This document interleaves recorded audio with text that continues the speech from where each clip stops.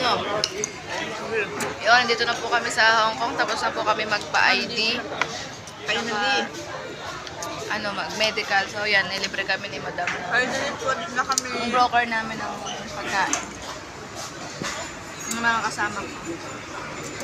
Gutom na. Gutom na eh. Gutom yan, be.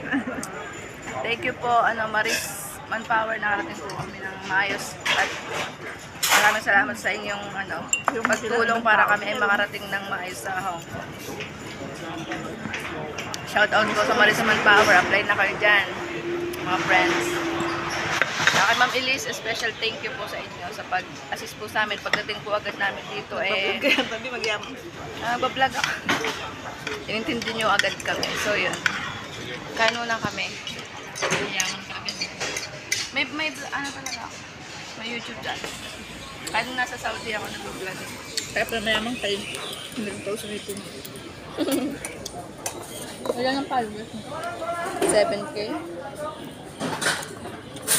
Ako din ata. Ako naman hindi nag-vlog. Pero natigil kasi.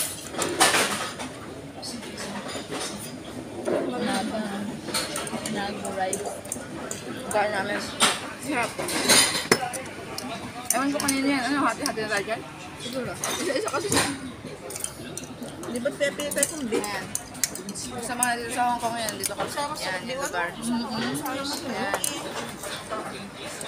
Kasi natin alam. Kain na kami at baka dumating din yung kasama namin. Bye-bye!